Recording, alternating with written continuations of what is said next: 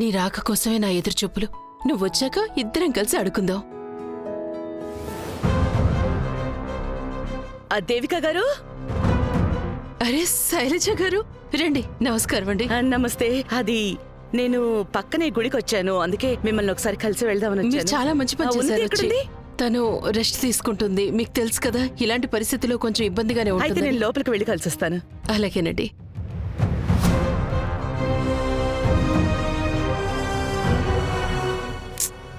వీలున్నంత తొందరగా నేను ఈ ఉయ్యాల్లో ఒక బిడ్డను వేసే తీరాలి. కానీ ఎలా? అరే అత్తయ్య, మీరా? ఏంటి సడన్ గా? అసలు విషయాలన్నీ తర్వాత, కానీ ముందు నాకు ఒకటి చెప్పు. నువ్వు ప్రెగ్నెన్సీలో వెలకిలా ఎందుకు పడుకుంటున్నావు? ఇన్ని నెలలు అయిపోయాయి, నీకెవరూ చెప్పలేదా ఏంటి? సారీ అత్తయ్య, నేను ఇక మీదట జాగ్రత్తగా ఉంటాను. నువ్వెప్పుడూ నిర్లక్ష్యంగానే ఉంటావు. అందుకే కదా నేను నిన్ను కలవడానికి రావాల్సి వచ్చింది. ఇదిగో చూడు, నేను నీకోసం ఒక డివైస్ తీసుకొచ్చాను. డివైజా? దీంతో బిడ్డ హార్ట్ బీట్ వినొచ్చు. ఆయన సుమా గారు ఎప్పుడు కంప్లైంట్ చేస్తూ ఉంటారు, నువ్వు ఎప్పుడు ఒకటే డాక్టర్ దగ్గరికి వెళ్తూ ఉంటావంట, వేరే డాక్టర్ దగ్గరికి వెళ్ళవంట. ఒక విషయం చెప్పు, నువ్వే డాక్టర్నైతే ఇంతలా నమ్ముతున్నావో తను నా మనవన్నో మనవరాల్లో సరిగ్గా చూడకపోతేనో? అందుకే నేను బేబీ హార్ట్ బీట్ విన్నాననుకో, అప్పుడు నాకు ప్రశాంతంగా ఉంటుంది. వద్దత్తయ్య, నేను చాలా బాగున్నాను. నా బేబీకి దీనివల్ల హామ్ కలగొచ్చు. బేబీకి ఎలాంటి హామ్ జరగదు. నేను ఒకసారి వింటాను అంతే. ఒక్కసారి చూడండి. ఒక్కసారమ్మా హార్ట్ బీట్ వినాలి, అప్పుడు నాకు ప్రశాంతంగా ఉంటుంది. నమ్మకం లేదత్తయ్య. నమ్మకం లేదా? డివైస్ మీద నమ్మకం లేదా? కానీ వేరే డాక్టర్ మీద అయితే నమ్మకం ఉంది. నాకు తెలుసు నీకు ఎవ్వరి మీద ఎందుకు నమ్మకం లేదో. ఎందుకు? ఎందుకంటే నీ కడుపులో అసలు బిడ్డ లేనేలేదు కాబట్టి. నువ్వు తల్లివి కాబోతున్నట్టు నాటకాలాడుతున్నావు. నీ ఈ బేబీ బంప్, నీ ప్రెగ్నెన్సీ అన్నీ అబద్ధాలే. ఇది ఒక పచ్చి అబద్ధం. మోసం చేస్తున్నావు. అసలు మీరేం మాట్లాడుతున్నారు అత్తయ్య? నేను నిజం చెప్తున్నాను. కానీ తెలుసా, అన్నిటికంటే ఎక్కువగా నా మీద నాకే కోపం వస్తోంది. నేను 2 పిల్లల్ని కన్నాను, అయినా నేను తెలుసుకోలేకపోయాను. నేను శైలజని, ఎగురుతున్న పక్షి, ఈకలను కూడా లెక్క పెట్టగలను. కానీ నేను ఈ అబద్ధాన్ని, మోసాన్ని అస్సలు ఎలా కనిపెట్టలేకపోయానో నాకస్సలు అర్థం కావడం లేదు.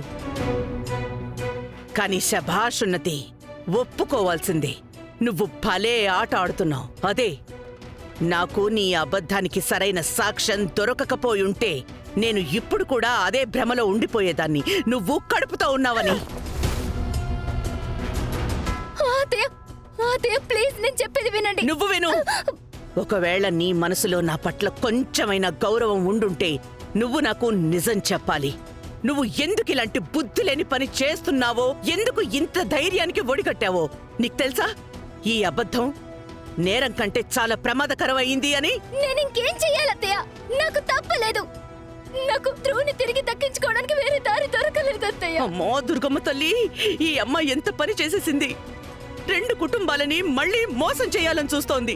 అయినా కొన్ని రోజులే అయ్యింది, కొన్ని నెలలే అయ్యింది. మీ అత్తింటి వాళ్ళు ధ్రువ ఒక మోసాన్ని క్షమించారు. నువ్వు వాళ్ళని ఇంకా పెద్ద అబద్ధంతో వాళ్ళని ఇంకా మోసం చేయాలని చూస్తున్నావు. ఈ అబద్ధం గురించి అందరికీ చెప్పి తీరాల్సిందే. నేను దాచలేను. నేను వెళ్ళి ఇప్పుడే నిజాన్ని అందరికీ చెప్పేస్తాను. ప్లీజ్ అలా చేయకండి. నేను మిమ్మల్ని అర్థిస్తున్నాను. ప్లీజ్ అత్తయ్య, అర్థం చేసుకోండి ప్లీజ్. దీని గురించి నువ్వు ముందే ఆలోచించి ఉండాల్సింది ఉన్నతి. ఇప్పుడు చాలా ఆలస్యం అయిపోయింది. అత్తయ్య ప్లీజ్ అత్తయ్య, ప్లీజ్ అత్తయ్య, మీరు ఇలా చేయకండి అత్తయ్య. ప్లీజ్ మీరు ఒక పని చేయండి. మీరు నా గొంతు పిసికి చంపేయండి. లేకుండా బ్రతికి మాత్రం నేనేం చేస్తాను? అందరికంతా తెలిసిపోవడం కంటే నేను చచ్చిపోవడమే మంచిది. మీరు నన్ను చంపేయండి అత్తయ్య, చంపేయండి విన్నాను. ఓపో, నిజం చెప్పు. నాకైతే నీ గొంతు పిసికి చంపేయాలనే ఉంది.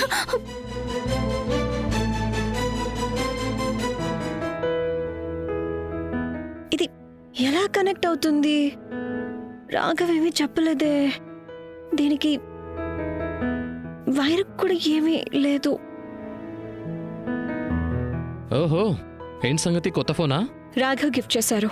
కానీ ఈ ఫోన్ ఎంతైతే స్మార్ట్ గా ఉందో నేనంత స్మార్ట్ కాదుగా. నేనేమైనా హెల్ప్ చేయనా? పర్లేదులే, నేను చూసుకుంటాలే. ఇదేం రాకెట్ సైన్స్ కాదుగా. రేఖా, దివ్య వదినా, ఇవి మీకు తెలుసా? ఇవి ఫోన్కి ఎలా కనెక్ట్ చేస్తారో? హెడ్ ఫోన్స్ లేకపోతే నా పని అవటం కష్టం. తెలీదు, నా కోసం ఇవన్నీ ప్రతికే చేశాడు. ప్రతీక్ గారు ఎందుకు చేస్తారు? మీ పనులు మీరే చేసుకోవాలి కదా. ఇలాంటి స్టూపిడ్ పనుల కోసమే నేను మొగుడిని తెచ్చుకున్నానా? ఏంటి అసలు మీరు ఎలా మాట్లాడుతున్నారు? లేడీస్ రిలాక్స్, గొడవ పడకండి. ఇవి ఎయిర్పోర్ట్స్, ఇవి బ్లూటూత్ తో కనెక్ట్ అవుతాయి. ఓ సరే, ఏదో ఒకటి. రేఖ, నేను బొబ్బట్లు చేయడానికి అన్ని రెడీ చేశాను. నువ్వు ఒకసారి వచ్చి నాకు హెల్ప్ చేయి. అన్నీ ఒకేసారి చెక్ చేయి. పద. రేఖ, నువ్వు గనక ఈ ఫోన్ని కిచెన్లోకి తీసుకెళ్తే అక్కడ హీట్ వల్ల బహుశా చేజారొచ్చు లేక పగలొచ్చు. కేవలం ఫోన్ ఒకటే పగలదు, దాంతోపాటు రాఘవ్ గుండె కూడా. హా, నువ్వు చెప్పేది నిజమే. సో నువ్వు పని చేయి, ఈ ఫోన్ నాకు ఇచ్చేయి, నేను దీన్ని నీకోసం సెట్ చేస్తాను. అది కూడా నీకు ప్రాబ్లం లేకపోతేనే. తీసుకో. అసలైంది తీసుకుంది ఫోనే కదా, ప్రాణం కాదు కదా. ఇది కూడా. త్వరగా పద. మరి ఇంత నమ్మకం లేదా అతని మీద?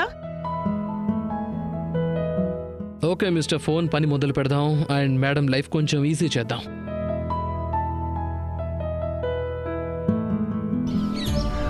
అమ్మ ఐడియా అయితే ఇచ్చింది, కానీ ఇది పూర్తి చేయాల్సింది నువ్వే కదా.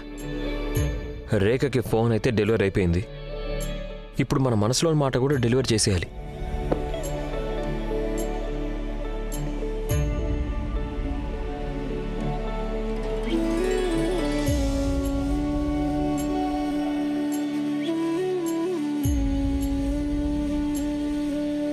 Hello Rekha. I hope this message finds you in good health. Me, Raghav Suryavanshi, wants to express his admiration and love towards you. And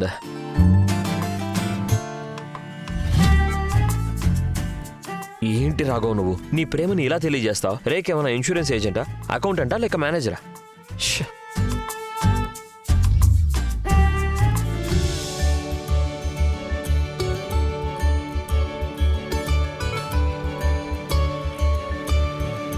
అందరూ అంటారు కదా ప్రేమ అంటే స్నేహం అని.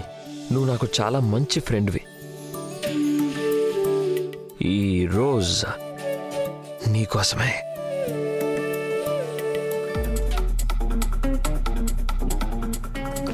చిచి, ఎవరన్నా ప్రేమను ఇలా ఎక్స్ప్రెస్ చేస్తారా? ఇలాంటి అబ్బాయిలందరూ అమ్మాయిల బ్లాక్ లిస్ట్లో ఉంటారు.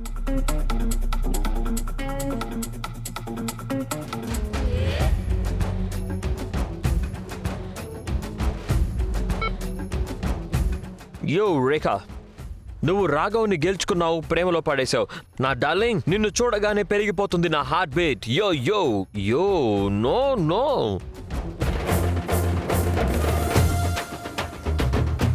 You are pathetic Raghav Suryavanshi. అందరూ చెప్పేది నిజమే. నీకు జస్ట్ బిజినెస్ చేయడం వచ్చు అంతే, ప్రేమించడం రాదు.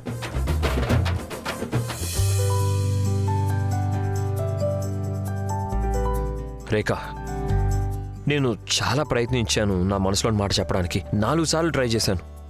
ఒకసారి బాగా ఫిల్మీ అయిపోయింది, ఒకసారి ఏదో వింత ర్యాప్ స్టార్ లాగా అయిపోయాను, అండ్ ఒకసారి మరీ చీజీ అయిపోయింది. నేను సింపుల్ వర్డ్స్లో చెప్పాలనుకుంటున్నాను రేఖ. నేను ఆఫీస్కి వెళ్ళినా సరే నువ్వే నాకు కనిపిస్తున్నావు, లిఫ్ట్లో వెళ్తున్నా సరే నువ్వే కనిపిస్తున్నావు, ఫైల్ తెరిచినా అందులో కూడా నీ మొహమే కనిపిస్తుంది. ఇంటికి వెళ్ళగానే నేను నిన్నే వెతుకుతున్నాను. నాకేమవుతుందో నాకు తెలియట్లేదు రేఖ. ఒకవేళ దీన్నే ప్రేమ అంటారు అని అంటే గనక, అయితే నేను నిన్ను ప్రేమిస్తున్నాను. I love you.